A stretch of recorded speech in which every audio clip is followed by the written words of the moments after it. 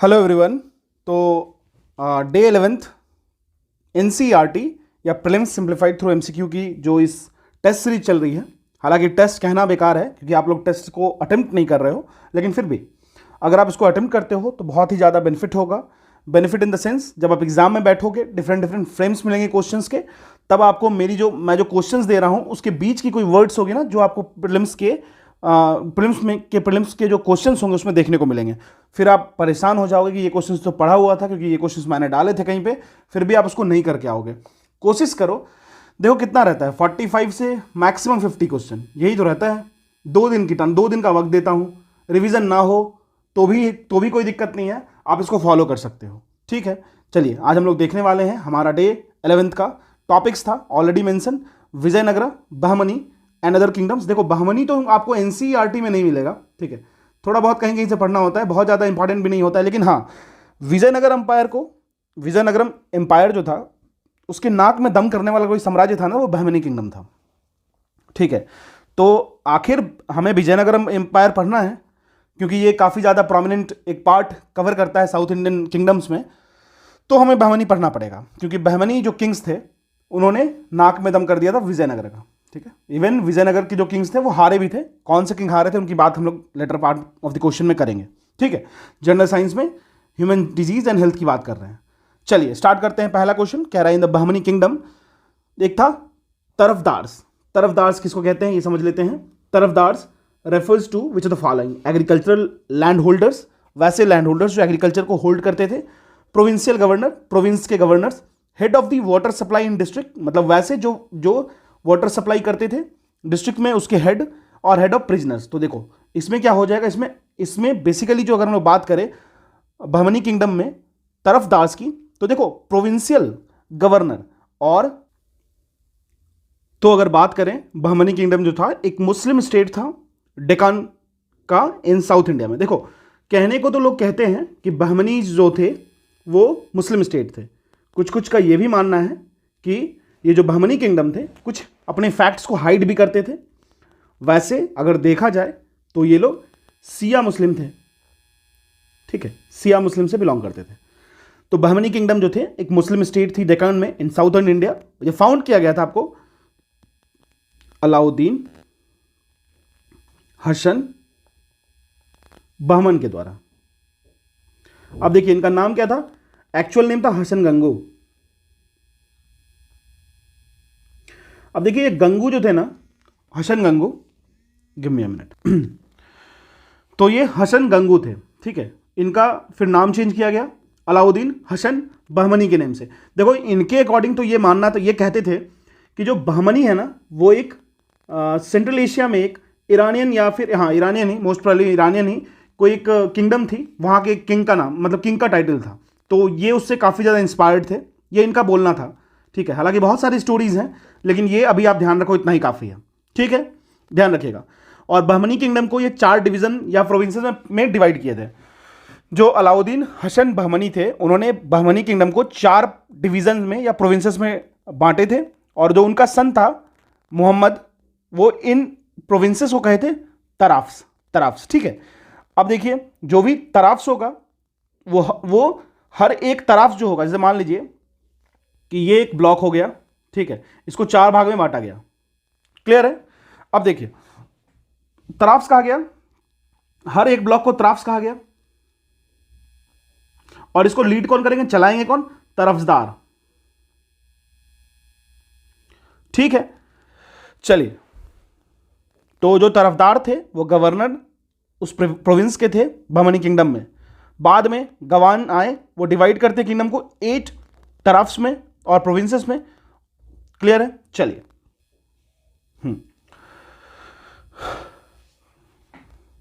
कह रहा है consider the following statement, second, with respect to the socio economic life during the Vijayanagara empire, consider the following statement. Socio economic status अगर हम लोग carry करते हैं विजयनगरा एम्पायर का, तो हमें देखना है कि इनमें से कौन सा स्टेटमेंट करेक्ट है।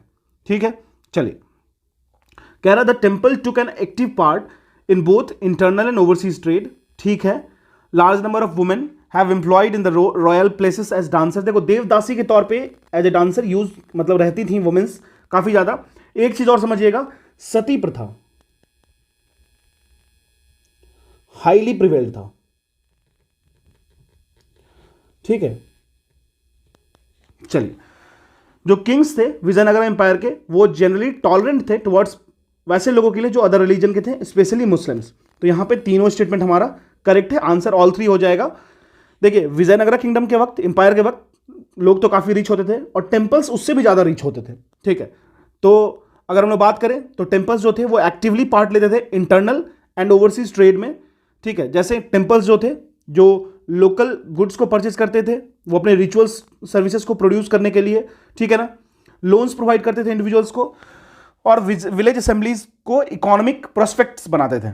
ठीक है, जो लोन्स था वो दिया जाता था इन एक्सचेंज ऑफ लैंड्स। ठीक है, याद रखिएगा। और बात कर लेते हैं, अगर हम लोग, पोर्तुगीज एक ट्रैवलर थे नूनीज, आपको पता होगा, अगर आप इसको रिवाइज करके आओगे तो बहुत ज्यादा इफेक्टिवली मदद होगा आपका। नूनीज थे, ठीक है, तो नूनीज थे ना, तो ये पोर्तुगीज ट्रैवलर थे, आपको तो पता ही होगा। 1300 से लेकर के 1498 से लेकर के और आगे चले जाओ, तो इस तरीके से ना ये पोर्तुगीज ट्रैवलर थे। उससे पहले जब पोर्तुगीज एंटर किया इंडिया में, उससे पहले बहुत सारे ट्रैवलर्स आते रहते थे। तो जो नूनीज थे ना, तो नूनीज क्या किए थे वो बताते हैं। उनकी मतलब उनकी स्टेटमेंट थी कि बहुत सारी वुमेन्स जो थी वो एम्प्लॉयड थी रॉयल प्लेसेस में, डांसर के तौर पे, डोमेस्टिक सर्वेंट्स के तौर पे, एंड साथ साथ में ही प्लैंक्विन बियरर्स, जिनको कहते हैं डोली उठाने वाली, वो भी थी। ठीक है, संगमम में भी वो प्रैक्टिस करती थी, और प्रैक्टिस ऑफ सती जो था वो काफी ज्यादा प्रिवलेंट था। ठीक है, ध्यान रखिएगा। स्टेटमेंट 3 ऑलरेडी मैंने आपको बताया कि जो किंग्स थे विजयनगर एम्पायर के, वो काफी टॉलरेंट थे towards other religions. Portuguese writer एक है आपको बारबोसा, ठीक है, बारबोसा, ठीक है, वो रिलीजियस फ्रीडम को काफी ज्यादा एंजॉय किए वहां पे। वो बताएं कि हाँ, यहां पे जाने के बाद मुझे जैसा एहसास हुआ ना, काफी मजा आया। मजा क्यों आया भाई? क्योंकि यहां पे ना फ्रीडम मिलता था, कोई भी किसी को किसी चीज के लिए रोक नहीं रहा है ना। मुस्लिम्स जो थे वो एम्प्लॉयड थे एडमिनिस्ट्रेशन में, और वो फ्रीली अलाउड थे कि आप मॉस्क बिल्ड कीजिए, वर्शिप कीजिए इजिली। ठीक है, तो विजयनगरा एम्पायर का इस तरीके का इमेज क्रिएट कीजिए। देखो, हिस्ट्री जब भी मैं पढ़ता हूं ना, तो मुझे एक चीज रहता है कि आखिर जो भी कैरेक्टर की बात हो रही है, तो उसको ना इमेजिनेशन करो, उसको उसकी ना उसके बारे में घुस के उसकी नेचर कैरेक्टरिस्टिक को समझने की कोशिश करो। जैसे मान लो अलाउद्दीन खिलजी, ये आपको क्यों पता है क्यों याद रहता है? क्योंकि आपने इसको रणवीर सिंह को देखा है। पता है क्यों क्यों याद रहता है? क्योंकि उसने जो कैरेक्टर शो किया ना, पोर्ट्रे किया ना, आप इसको समझ गए, अच्छा हाँ इसका बैकग्राउंड ये था, ये धर्म को एडमिनिस्ट्रेशन से अलग करके चलता था, ये थोड़ा सा क्रूएल था, ये इस तरीके का एटमॉस्फेयर और क्रिएचर की तरह बिहेव करता था। तो अब क्या हो गया, आपका इमेज क्रिएट हो गया। हाँ ठीक है, अब अगर मैं आपसे पूछूंगा, ठीक है, कि सजदा और पैबोश, पैर में झुक के सजदा करना, पैरों को चूमना, जो सुलेमान होते थे उनका, सुल्तान होते थे उनका, तो आपको खुद लग जाएगा हाँ इसका इमेज इस तरीके का था, तो हम इसको जज कर सकते हैं इस तरीके से। तो आप इसको जज तभी कर पाओगे जब इसको एक इमेज क्रिएट करोगे। ठीक है, तो इमेज क्रिएट करो। जैसे गजपति रूलर बोले, जो बिलोंग करते थे उड़ीसा से, तो आपके दिमाग में आना चाहिए, हाँ ठीक है, उड़ीसा की बात हो रही है, उड़ीसा में लोग जो थे वो, वहाँ पे एलिफेंट्स बहुत ज़्यादा मिलते हैं। आपको पता होगा, Orissa and Jharkhand if you will talk about, वहाँ एलिफेंट्स बहुत मिलते थे। आपको पता होगा अशोक भी, जो अशोक का कलिंग वॉर हुआ था, उसमें भी काफ़ी ज़्यादा एलिफेंट यूज़ हुआ था। और इसमें भी जो रूलर्स थे, गजपति रूलर्स कहा जाता था उनको, क्योंकि वहाँ पे गज था, बहुत ज़्यादा एलिफेंट्स था। तो आप क्रिएट करो इमेज को। ठीक है, अब जैसे मान लो विजयनगर की बात कर ले, तो इनको, या फिर अगर हम लोग चोल वंश की बात कर लेते हैं, तो उनको नरपति बोला जाता था। ठीक है, वहाँ पे मेंस ज़्यादा डोमिनेटिंग थे। ठीक है, और अगर और बात करें, अश्वपति भी किसी को कहा था। तो ये चीज़ें ना आप रिकॉल करो, समझने की कोशिश करो कहाँ कहाँ से लिंक हो रहा है। ठीक है, चलिए, आई होप कि ये क्वेश्चन आपको समझ में आया होगा। नेक्स्ट क्वेश्चन में मूव करते हैं। देखिए, कह रहा है टर्म्स ऑफ मीनिंग, पेटाई, कमर्शियल सेंटर, अदाइपम, अकाउंटेंट, कार्यकार्ता, जिससे आप कार्यकार्ता निकालते हो, एग्जीक्यूटिव एजेंट। इसमें से कौन कौन कैरेक्टर ये बताना है, समझ लो। देखो, अगर हम लोग बात करें विजयनगरा एम्पायर की ना, तो देखो जो किंग जो थे ना, वो अल्टीमेट अथॉरिटी थे विजयनगरा किंगडम में। ठीक है, ये बात आपको एकदम ध्यान रखना है। तो सुप्रीम कमांडर तो थे ही, साथ साथ सुप्रीम कमांडर थे आर्मी के भी सुप्रीम कमांडर थे। कौन? तो किंग। हम लोग बात कर रहे हैं विजयनगरा एम्पायर की। ठीक है, तो बेसिकली जब वो यूनिफाइड एक एम्पायर क्रिएट किए, तो उनको असिस्टेंस की जरूरत पड़ती थी। जब उनको असिस्टेंस देते थे सेवरल हाई रैंकिंग ऑफिसर्स। ठीक है, जो चीफ मिनिस्टर्स थे उनको प्रधानी कहा जाता था, ये भी ध्यान रखिएगा। ठीक है, पेटाई की बात कर लेते हैं। कमर्शियल सेंटर, चीफ जो थे वो कंट्रोल करते थे प्रोडक्शंस को विद इन देयर न्यायिकतम टेरिटरीज, जो कि कमर्शियल सेंटर होता था। कमर्शियल सेंटर को जो कंट्रोल करते थे वो होते थे चिफ्स, और उसको कहते थे पेटाई। ठीक है, पेटाई एंड मार्केट्स भी आप कह सकते हो, जो इनकरेज करता था settlement of cultivators and artisans उनके टैक्स कंसेशन के साथ। ठीक है ना, और साथ साथ में ही क्रिएट करता था इरिगेशनल फैसिलिटीज उनके लिए भी। ठीक है, तो पहला तो बिल्कुल करेक्ट हो गया। दूसरा कह रहा है, दूसरा एंड तीसरा की बात करें, अधिपम की बात कर लेते हैं। अगर हम लोग जो चीफ मिनिस्टर थे, जिसको हम लोग महाप्रधानी भी कहते थे, जो चीफ मिनिस्टर थे, बहुत सारे लो रैंकिंग ऑफिसर्स को अपने साथ रखते थे, जैसे कि दालावे हो गया। दालावे मतलब कमांडर, देखो मैं लिख देता हूं, दालावे मतलब कमांडर होता था, कमांडर। देखो मैंने इसको कैसे याद किया था, दल, दल कौन लीड करता है, तो कमांडर लीड करता है। हर का एक तरीका होता है, आपको भी इस तरीके से मेंटेन करना पड़ेगा। एक होता था वशाल, वशाल मतलब गार्ड ऑफ द पैलेस, वशाल मतलब VASSAL, वशाल मतलब गार्ड। किसका गार्ड भाई, पैलेस का गार्ड, महल का गार्ड। ठीक है, ध्यान रखिएगा। और अगर बात करें रायाश्राम, एक होते थे सेक्रेटरी अकाउंटेंट, तो अधिपम जो होंगे वो अकाउंटेंट तो होंगे नहीं, तो दूसरा हमारा रॉन्ग हो गया। ठीक है, अधिपम जो होते थे वो पर्सनल अटेंडेंट होते थे। क्या होते थे, पर्सनल अटेंडेंट होते थे।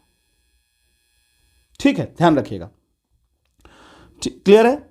और कार्यकर्ता की बात कर ले तो एग्जीक्यूटिव एजेंट होते, सही है। तो पहला और तीसरा सही है, सिर्फ 2 करेक्ट है, ओनली 2 हमारा आंसर हो जाएगा।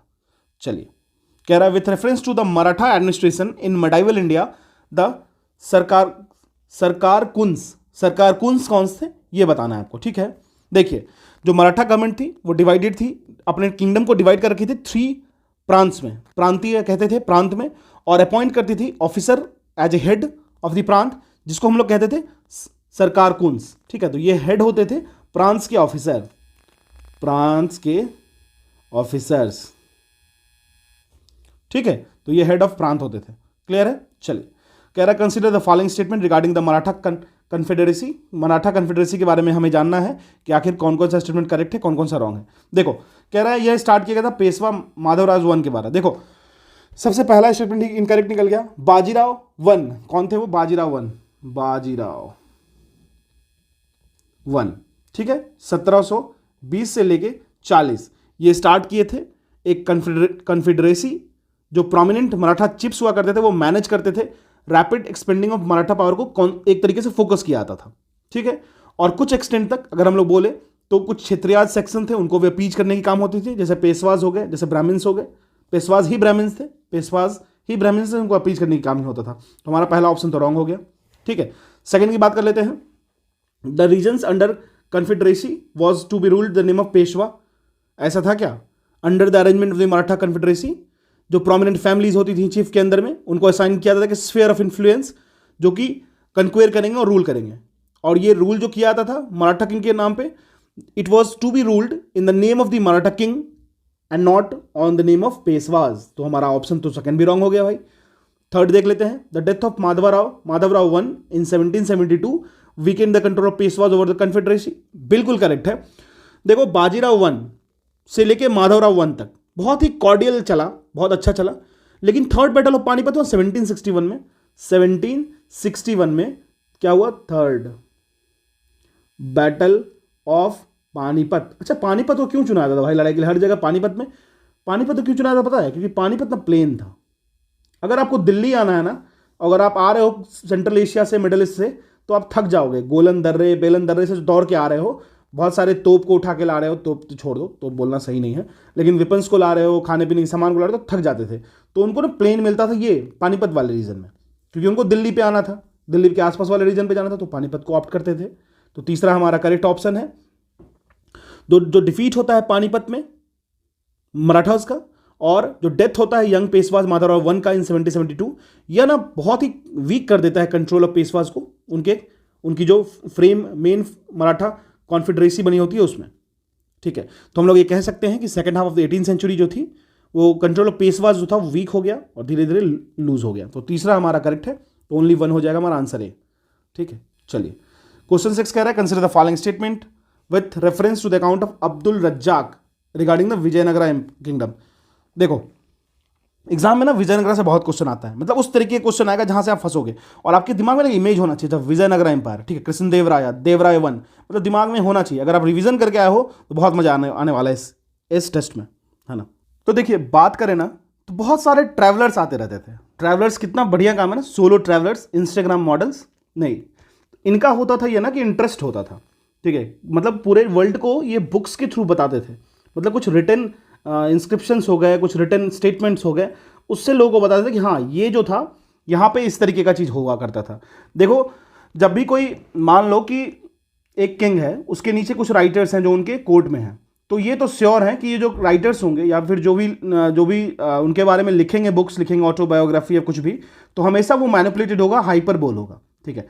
लेकिन जो ट्रैवलर्स आते थे ना, जैसे ह्वेनसेंग आ गए, फाहियान आ गए, अब्दुल रज्जाक आ गए, नुनीज आ गए, ठीक है, तो ये सब क्या करते थे, इनका जो इंस्क्रिप्शन होता था, जैसे इंडिका लिखा गया, तो ये लोग ना ट्रू डिटेल बताते थे कि भाई देखो ये किंग ऐसे थे, यहां के किंग ऐसे थे, या फिर देखो और एक स्टेटमेंट जैसे हो सकता है, मान लो चेरा, चोला, पांड्याज हो गए, ठीक है, अगर पांड्याज अगर राष्ट्रकूटाज के बारे में कुछ लिख रहा है तब वो सही लिखेगा, या फिर अंडररेट करके लिखेगा, समझ रहे हो आप, यही तो होता है ना, है कि नहीं।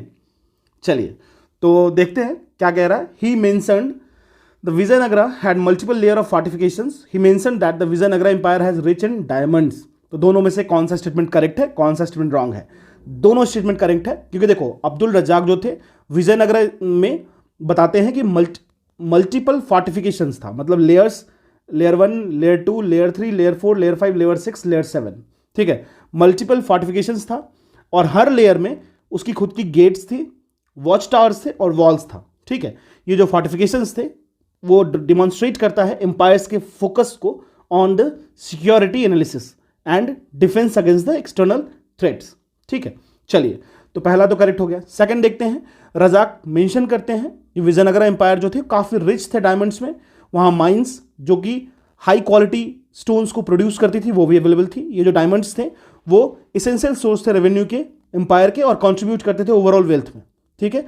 अब्दुल रजाक एक पर्शियन एम्बेसडर थे एंड एक स्टोरी टेलर थे, विजिट करते हैं Vijayanagara empire during the reign of the Devaraya two. कब आते हैं ये ध्यान रखिएगा, देवराया टू के वक्त आते हैं, देवराया टू के वक्त आते हैं, क्लियर है। ड्यूरेशन भी जान लीजिए, वैसे याद ना रहे तो भी चलेगा, 1424 से लेके 1446 में, ठीक है। और उनकी जो अकाउंट्स है वो प्रोवाइड करती हैं valuable insights, political, social and cultural aspect of Vijayanagara empire, clear है। आई होप कि ये क्वेश्चन आपको क्लियर हो गया होगा। आंसर हमारा है सी, ठीक है। चलिए आगे बढ़ते हैं।